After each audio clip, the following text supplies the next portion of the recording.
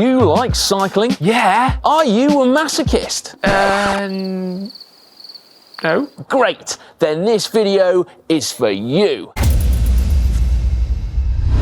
No, you don't have to be a masochist, just interested in getting fitter, because structured workouts do not have to be uncomfortable and they do not have to be hard. However, I am going to put some of Zwift's toughest workouts to the test to see which is the most fun and which one might feel the best. I'm also going to explain a little bit more about structured workouts as we go. Why do them, how to get the most out of them, and also give you some pro tips as well. Plus, who fancies the challenge of doing these with me as well? Now, killer workouts are not necessarily good workouts. We will get on to why later on. But I can't be the only one that just loves to do a really hard workout from time to time. Even when there's no end goal, there's just something really satisfying about working hard and ticking off a structured training session. Actually, I already know that I'm not the only one. For a start, being a bunch of cycling nerds here at GCM, we do actually often discuss what the best and hardest workouts are on Zwift. I know. Plus, we asked you lot at home for your thoughts, and we checked in with the guys at Zwift to see what they thought too. Plus, they've also told us what the most popular workout is as well. I'm going to do them in order of what I think will be increasing levels of toughness. Before I start the first session, if you're not familiar with workouts on Zwift, let me point you in the right direction. You can always find a whole load of suggested ones on your home screen.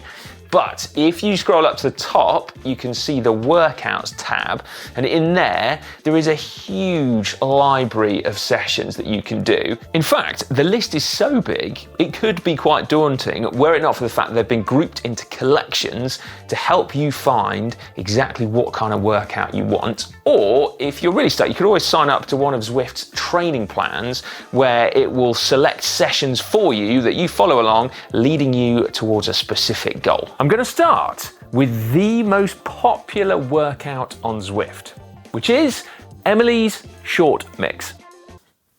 I wanted to know who Emily was as well. Yes, it turns out that she worked at Zwift way back before structured workouts were actually a thing, when they were beta testing them. And this workout has lived on Zwift ever since. So if ever there was a classic, this is it.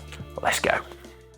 So you can find Emily's short mix in workouts up here, and it's 30 minutes to burn, so it's short and sweet. So you can start with a warm up, and then I've got 3 blocks to do where the intensity increases after, 3 minutes, then 1 minute, then 1 minute, and then the final block goes up to 3 minutes, 3 minutes, and then 3 minutes.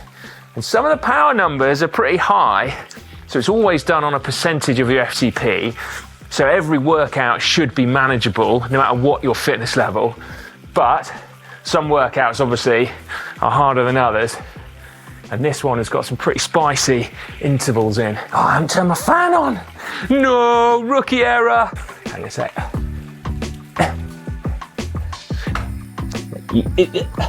Okay, saved it. Such a short workout is you don't get much warm up before you're straight into it. So here we go. In this first block, you should feel like you're cruising. I'm cruising. A minute threshold, starting now. That was all right. Nice when the intervals are short. Gives you something easy to focus on. First block done. Killed it. Now, one important thing to talk you through. So if you're using Zwift with a smart trainer, so that's one that varies the resistance you feel at the pedals, you've got an option to have something called erg mode, which is where basically you just have to sit and pedal, and Zwift will control the resistance to make sure that you hit all of your power numbers perfectly. And it's a great way of doing it, to be fair, because you can just kind of sit back and you don't have to flap around with gears or whatever. But the one thing I would say is that you still need to adjust your cadence, particularly with the harder intervals. So the more power you're putting out, the faster you need to pedal. So you'll notice there, I was at 90 RPM for the first block, then 100, and then 110. And that is a great pro tip, even if I do say so myself. That was surprisingly hard. In just 30 minutes, that took me to absolute max. Fair play, Emily. A short mix, but a good mix. Session 2 coming up, and I'm going to be taking you behind the scenes with this one, okay? This is a rare glimpse into my own pain cave, which is very much a work in progress. It's down in my basement, a little bit freaky, but it does get the job done. So, right, here we go.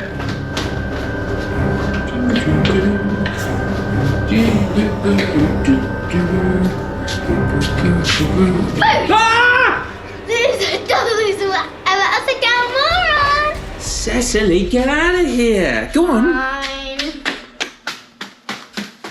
Today I am tackling the Gorby, which you can find in the 60 to 90 minute category in the workouts. Fortunately, it is just 60 minutes, I say just, and it's one of those workouts that you recommended to us the most. By all accounts, it's quite tough to get to the end of this one, so wish me luck. The Gorby then is 5 5-minute intervals with 5 minutes in between at 110% of FTP. So it's very much like a classic VO2 max session, this one, like a real classic. It's gonna be tough for 2 reasons. Firstly, you're doing 25 minutes in total at over 110% of FTP. That is a monumental amount of work. But secondly, those are just 5-minute blocks of hard work, which is, like, mentally, that's really challenging. And so that's a good thing, okay? Like, you might not want to do it all the time, but having workouts that feel challenging and that are a test for your head as well as your body can be really, really effective. So, yeah, challenge accepted. I should say that I've done since workout 1 is that I've actually reduced my FTP on Zwift. So 6 weeks ago, I did an FTP test and I got a real good score. If I'm being totally honest with myself, there's no way, given what I've done since then, that I've got an FTP of that level still. But I mean, it's not nice voluntarily lowering it back down, but after yesterday, I thought I probably should do. Interval number 2 coming up. 5 minutes at 110% of FTP. I'm absolutely pinging. 58k an hour. There's the arch. Okay.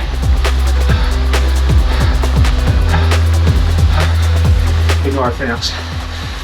These 5 minutes of recovery are really good.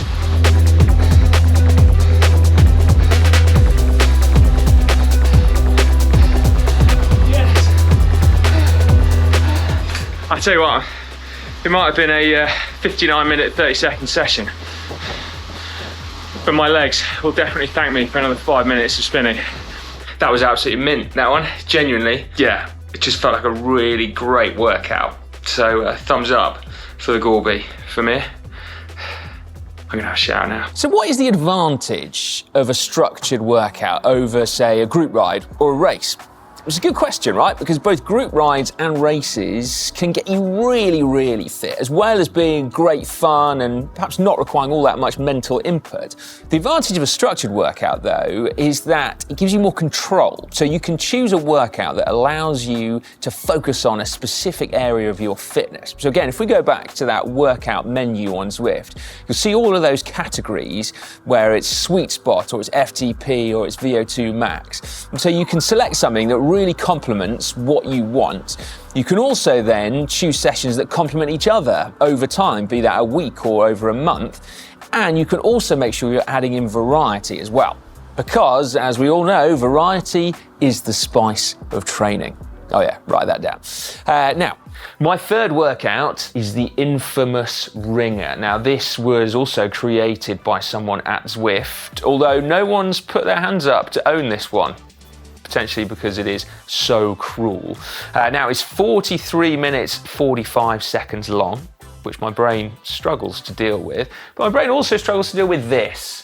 Yes, 12 30-second efforts at 205% of your FTP. Yeah.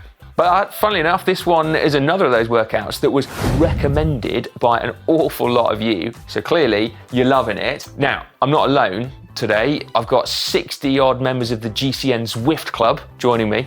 It's free to join, actually, I should say. Yeah, thank you very much, guys. You're gonna love it. Got a nice progressive warm-up here. Whilst we do have 12 30-second efforts, the rest of it is pretty chilled out. But even so, I'm really trying to focus on cooling here. Whereas yesterday in my basement, it was a balmy -12, and so I didn't really get too hot. Here in the studio, I'm maxing out on fanage, and that's really, really important actually, because the harder the workout, the hotter you get. But if you get to a certain body temperature, you'll basically find that a rev limiter kicks in. There's nothing you can do about it, and you won't be able to do your workout properly. So, concentrate on cooling. Fluids, fan, open window, aircon, whatever you got. And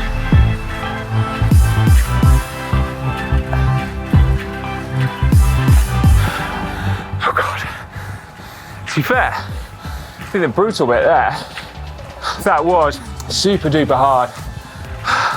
Fantastic work.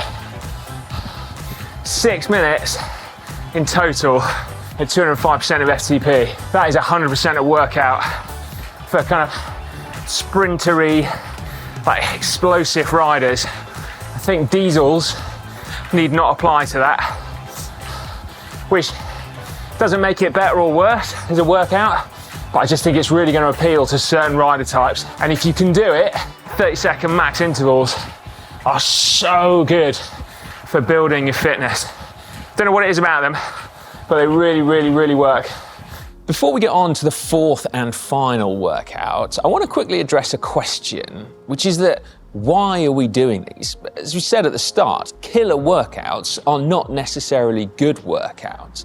In fact, the Norwegian supercoach Olaf Alexander Boo said in an interview with GCN that you should always keep one interval in reserve when you're training.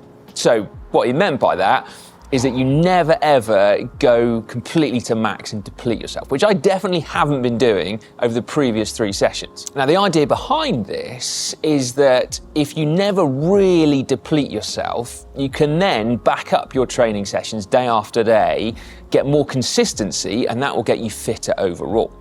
Now, that is a great theory, right? But like a lot of you, I imagine, I don't have day after day to train.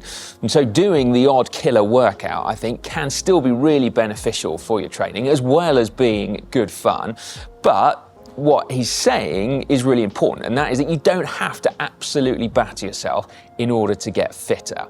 These VO2 max sessions that I've been doing are really good for your general health and fitness, as well as your cycling specific fitness, but they are really demanding. So if you're gonna do them fairly sporadically and always make sure that you're fresh and recovered. For a start, it'll make them hurt less, but also it'll stop you digging too deep. Right then, fourth and final workout. I'm pretty pumped about this, despite my ridiculously sore legs. Now this one is a session that you lot really love to hate. It's the McCarthy special, and oh my God, it looks absolutely savage. Created by another former Zwift employee, Mike McCarthy, who also happened to be a former world track champion, but goodness knows what deep, dark dungeon of pain he's dredged this one up from. So as you can see, it's 3 blocks. We've got 3 minutes at FTP, straight into 3 minutes at 112% of FTP, and then the real killer is straight into 3 minutes at 125% of FTP. Now, genuinely, I look at those numbers and I'm pretty sure I haven't got that in me. did a bit of research, and it turns out that not many people can get to the end of this session. Even Mike McCarthy himself said it had to be a good day to get to the end of it. Is there a reason to have a workout so hard you can't complete it? I think there is, actually, because when you do complete it, you know you're flying, but also it's something to aim for as well, right? So you wouldn't want to do this every week, but every now and then to check back into, yeah, I'm all in for this. It's being so hard, it's also 60 minutes long, okay? So I'm gonna need all the tricks, I've got all the fluids, plus I'm putting in some precision hydration tabs. I'm gonna be sweating buckets here, but also I really want the sweetness of this. So I don't need the carbs, but that extra kick you get from having something sweet and sugary in your mouth is gonna come in very handy. Probably somewhere about here, I suspect.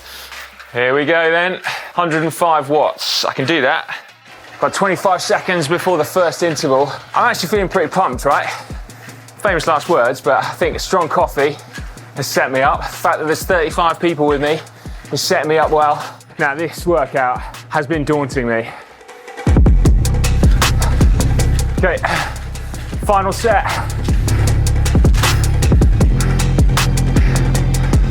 Ah, done it. Oh God.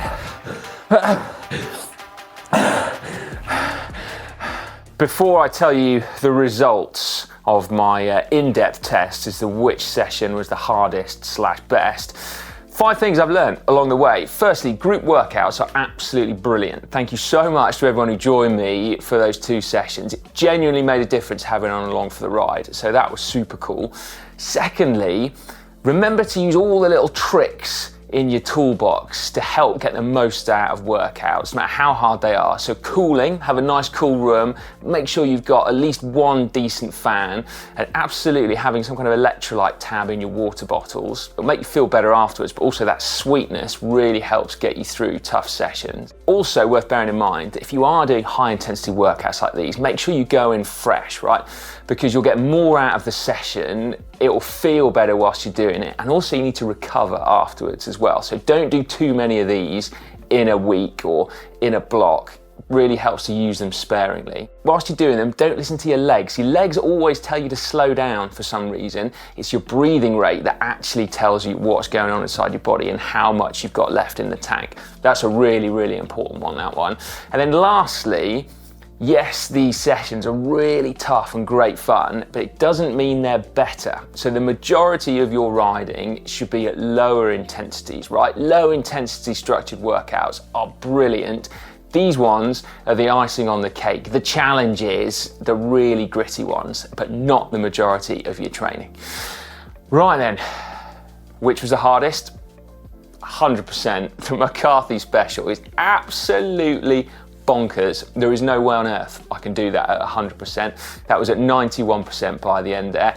The Wringer equally was a wicked training session. I recommend that wholeheartedly. But again, I couldn't do it on erg mode at 100%.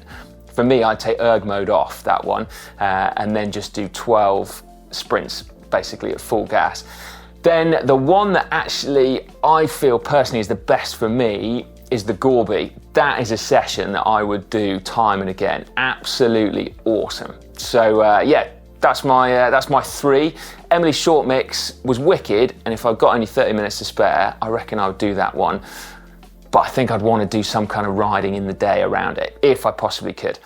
Okay, right, well let me know what you think. Which one is the toughest training session? And also give them a go. Have a laugh, see how they go, get involved in the comment section. I want to know what you think.